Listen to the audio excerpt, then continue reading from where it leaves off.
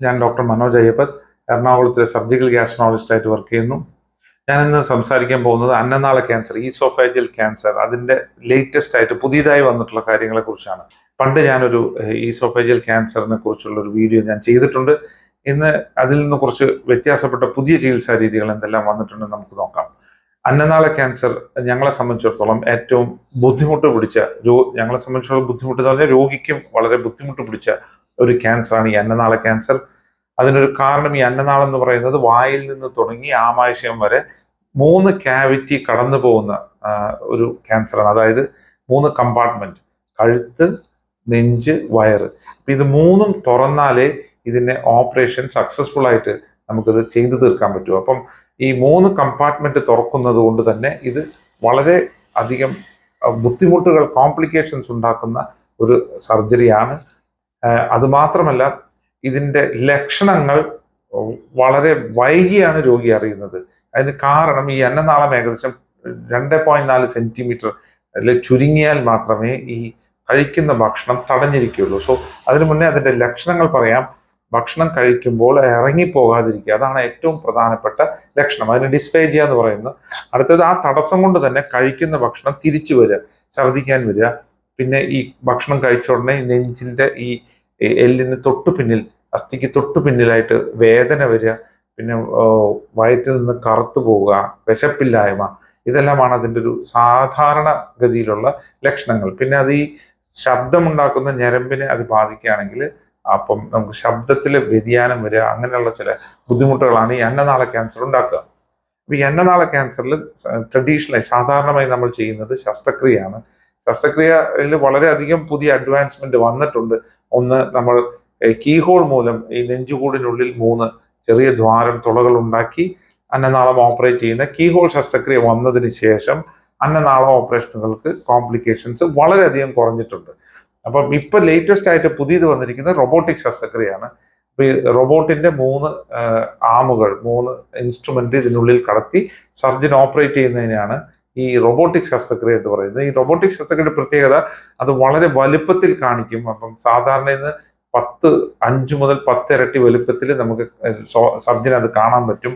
So അതിന്റെ operation കുറച്ചും കൂടെ എളുപ്പമായിട്ട് ചെയ്യാനും അതിൽ രക്തക്കോളുകളെ കണ്ടുപിടിക്കാനും. ഇപ്പം ഈ അന്നനാളം എന്ന് പറഞ്ഞാൽ അതിന്റെ തൊട്ട് മുൻഭാഗത്ത് കൂടെ ഈ ട്രക്കിയ എന്ന് പറയുന്ന ശ്വാസനാളം കടന്നു പോകുന്നുണ്ട്. അപ്പൊ അതിനെ കണ്ടുപിടിക്കണം.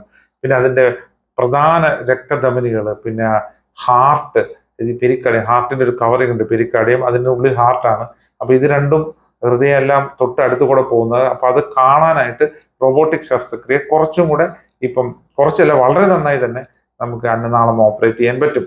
പക്ഷെ ഇപ്പം ഞാൻ പറഞ്ഞു വരുന്നത് അതല്ല. ഇപ്പൊ അന്നനാളത്തിന്റെ മുന്നേ ഓപ്പറേഷനുകൾ വളരെ സങ്കീർണമാണെന്ന് പറഞ്ഞു. പക്ഷെ അതിന്റെ റിസൾട്ട്സ് അത്ര നല്ല റിസൾട്ട് അല്ലായിരുന്നു. അപ്പം ഇപ്പം നമ്മൾ ചെയ്യുന്നത് ലോക്കലി അഡ്വാൻസ്ഡ്, അതായത് അന്നനാളത്തിൽ നമ്മളൊരു CT എടുത്ത് നോക്കും. CT എടുത്ത് നോക്കി ചുറ്റുപാടും ചെറുതായി പരക്കുന്ന ഒരു ക്യാൻസർ ആണെങ്കിൽ ആദ്യം തന്നെ രോഗിക്ക് കീമോതെറാപ്പിയും റേഡിയേഷനും നമ്മൾ സർജറിക്ക് മുന്നേ കൊടുത്ത് ഈ ക്യാൻസറിനെ ചുരുക്കിക്കൊണ്ടുള്ള ഒരു ശസ്ത്രക്രിയയാണ്. സോ നിയോ അഡ്ജുവന്റ് കീമോതെറാപ്പി, അതൊരു ക്രോസ് ട്രയൽ എന്ന് പറഞ്ഞൊരു ഡച്ചുകാരുടെ ഒരു സ്റ്റഡി വന്നതിന് ശേഷം ഈ ഇപ്പോഴത്തെ നിലയിൽ ഇപ്പം കീമോ റേഡിയേഷൻ കൊടുത്തതിന് ശേഷമാണ് ഈ രോഗീനെ നമുക്ക് ഓപ്പറേറ്റ് ചെയ്യുന്നത്. സോ അപ്പൊ അത് തന്നെ ഇപ്പോൾ നോക്കുമ്പോൾ വളരെ അധികം വ്യത്യാസപ്പെടുത്തിയിട്ടുണ്ട് രോഗിയുടെ ഓപ്പറേഷന് ശേഷമുള്ള റിസൾട്ട്. അതായത് രോഗികൾ വളരെ കാലം ജീവിച്ചിരിക്കാനുള്ള വളരെയധികം സാധ്യതകൾ ഈ കീമോ റേഡിയേഷന് ശേഷമുണ്ട്.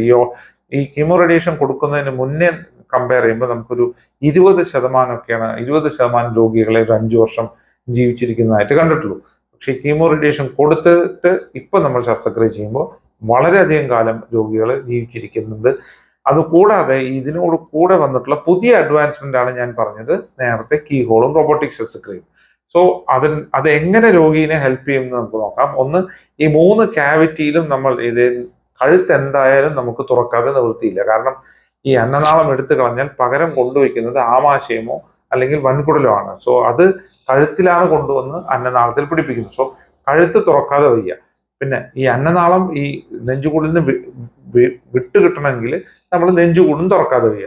പിന്നെ ഈ ആമാശയം ഈ അന്നനാളത്തിന് പകരം മേലേക്ക് വലിക്കണമെങ്കിൽ വയറും തുറക്കണം. സോ 3 തരത്തിൽ നമ്മൾ തുറന്നാലേ ഓപ്പറേഷൻ ചെയ്യാൻ പറ്റുള്ളായിരുന്നു.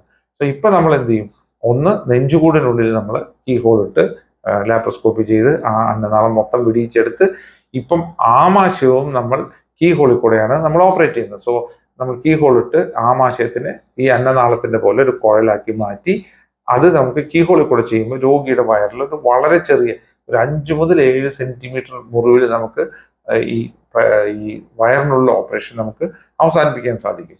അത് ഈ കീ ഹോൾ മൂലം ഈ വയറ് നമ്മൾ നെഞ്ചുകൂടിനുള്ളിൽ കൂടെ കഴുത്തിലേക്ക് വലിച്ചു കെട്ടി കഴുത്തിൽ നമുക്ക് വളരെ ഒരു സൈഡിൽ മുറിവ് ഉണ്ടാക്കിയാൽ മതി. 2 സൈഡിലും മുറിവിന്റെ ആവശ്യമില്ല. ഒരു സൈഡിലും, ജനറലി അത് ലെഫ്റ്റ് സൈഡിലാണ്. ലെഫ്റ്റ് സൈഡിൽ മുറിവുണ്ടാക്കി നമുക്ക് ഇവിടെ നല്ല നാളം മുറിച്ച് നമുക്ക് തുന്നിച്ചേർക്കാൻ സാധിക്കുന്നതാണ്. അതെല്ലാം ഇപ്പൊ ഈ നിയോ അഡ്ജുവന്റ് തെറാപ്പി, അതായത് കീമോ റേഡിയേഷൻ കൊടുത്തിട്ട് ചെയ്യുന്ന ശസ്ത്രക്രിയക്ക് ഇതെല്ലാം ചെയ്യാൻ നമുക്ക് സർജന് കുറച്ചും കൂടെ എളുപ്പമായിരിക്കും. ബിക്കോസ് ഈ ട്യൂമർ ചുരുങ്ങും ഈ റേഡിയേഷൻ കൊടുത്താൽ. സോ ജനറലി റേഡിയേഷൻ 28 ദിവസമാണ്.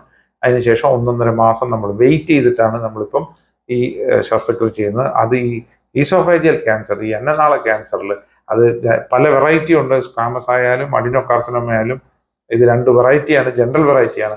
അത് രണ്ടായെങ്കിലും വളരെ നല്ല റിസൾട്ട്സ് ഇപ്പം കൊടുക്കുന്നുണ്ട്. സോ ഇപ്പോഴത്തെ പണ്ടത്തെ ആ ഒരു ഈസോഫേജിയൽ ക്യാൻസറിന്റെ ഒരു ഔട്ട്ലുക്ക് അല്ല ഇപ്പൊ രോഗികൾക്ക്. വളരെയധികം സുഖപ്രദമായി ജീവിക്കാൻ പറ്റും. പണ്ട് ഇത് ടോട്ടൽ അഡ്ജുവന്റ്, അതായത് കംപ്ലീറ്റ് ആയിട്ട് റേഡിയേഷനിൽ കൂടെ ട്രീറ്റ് ചെയ്യാനായിരുന്നു ശ്രമം. ഇപ്പൊ അങ്ങനെയില്ല. ഇപ്പം അത് ചുരുക്കിയതിന് ശേഷം കൂടുതൽ പേരും ശസ്ത്രക്രിയയിലേക്കാണ് പോകുന്നത്. അത് വളരെ നല്ല റിസൾട്ട്സ് കൊടുക്കുന്നുണ്ട്. സോ ലോക്കലി അഡ്വാൻസ്ഡ് ക്യാൻസേഴ്സ് ഉണ്ടെങ്കിൽ നമ്മൾ എപ്പോഴും അഡ്വൈസ് ചെയ്യുന്നത് ഒരു നിയോ അഡ്ജുവന്റ് കീമോ റേഡിയോ തെറാപ്പി, സർജറിക്ക് മുന്നേ ഒരു കീമോ റേഡിയോ തെറാപ്പി കൊടുത്തിട്ടുള്ള ഒരു ശസ്ത്രക്രിയയാണ് ഇപ്പോഴത്തെ സ്റ്റാൻഡേർഡ്. അതും ഒരു കീ ഹോൾ അല്ലെങ്കിൽ റോബോട്ടിക് ശസ്ത്രക്രിയ ആണെങ്കിൽ രോഗിയുടെ കോംപ്ലിക്കേഷൻ റേറ്റ്സ് 25% നിന്ന് ഏകദേശം 5 മുതൽ 9% നമുക്ക് കുറയ്ക്കാൻ സാധിച്ചിട്ടുണ്ട്. അതേപോലെ 5 ഇയർ സർവൈവൽ, 5 കൊല്ലം ജീവിച്ചിരിക്കാനുള്ള സാധ്യത 20% നിന്ന് വളരെയധികം കൂടി 48 മുതൽ 50%, 60% എല്ലാം ചില രോഗികൾക്ക് നമുക്ക് അച്ചീവ് ചെയ്യാൻ സാധിക്കുന്നുണ്ട്. അതാണ് ഇപ്പോഴത്തെ ഒരു latest standardised treatment for oesophageal cancer. ഈ റോബോട്ടിക് ശസ്ത്രക്രിയയെ കുറിച്ച് ഞാൻ ഇതിന് മുന്നേ ഒരു വീഡിയോ ചെയ്തിട്ടുണ്ട്. അപ്പം ആർക്കെങ്കിലും ഈ റോബോട്ടിക് ശസ്ത്രക്രിയയെ കുറിച്ച് എന്തെങ്കിലും സംശയങ്ങളുണ്ടെങ്കിൽ അതിന്റെ ആ വീഡിയോയുടെ ലിങ്ക് ഞാൻ ഈ വീഡിയോയുടെ താഴെ കൊടുക്കാം. അപ്പൊ അത് കണ്ടു കഴിഞ്ഞാൽ നമുക്കത് മനസ്സിലാവും എന്താണ് റോബോട്ടിക് ശസ്ത്രക്രിയ, എങ്ങനെയാണ് അത് ചെയ്യുന്നത്, അത് രോഗിക്ക് എത്രത്തോളം ബെനിഫിറ്റ് ആണ്, എത്രത്തോളം മെച്ചപ്പെട്ട സംഗതിയാണെന്ന് ആ വീഡിയോയിൽ നിന്ന് നിങ്ങൾക്ക് മനസ്സിലാക്കാം. നന്ദി, നമസ്കാരം.